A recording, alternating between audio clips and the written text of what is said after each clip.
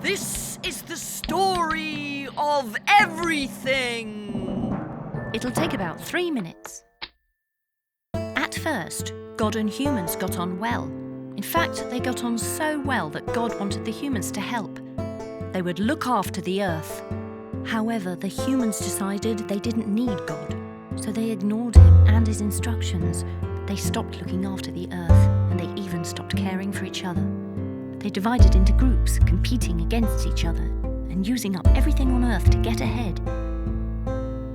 A few became rich, most became poor. The earth was squandered, and this continues today.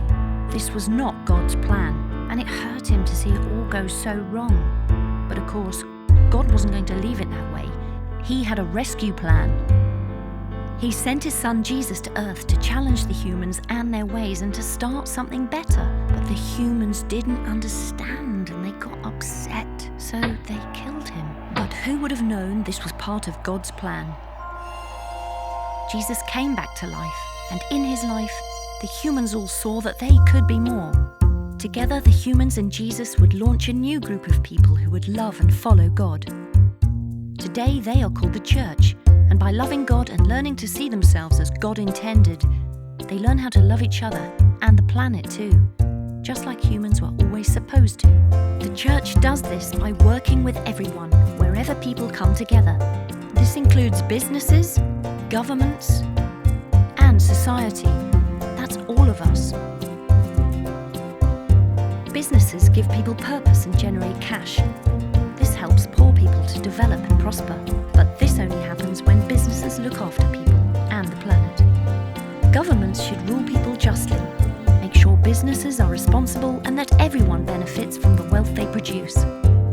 And the rest of us should reach out to those in need and make sure governments and businesses operate as they should, not exploiting people or the planet. And the Church should be right in the heart of society. That's because the Church is Jesus made visible on earth, and only through knowing him is there complete transformation in people's lives. When relationships are restored and everyone works together as God intended, lives are transformed. Tear Fund is one part of God's big picture, here to help the Church to play its part.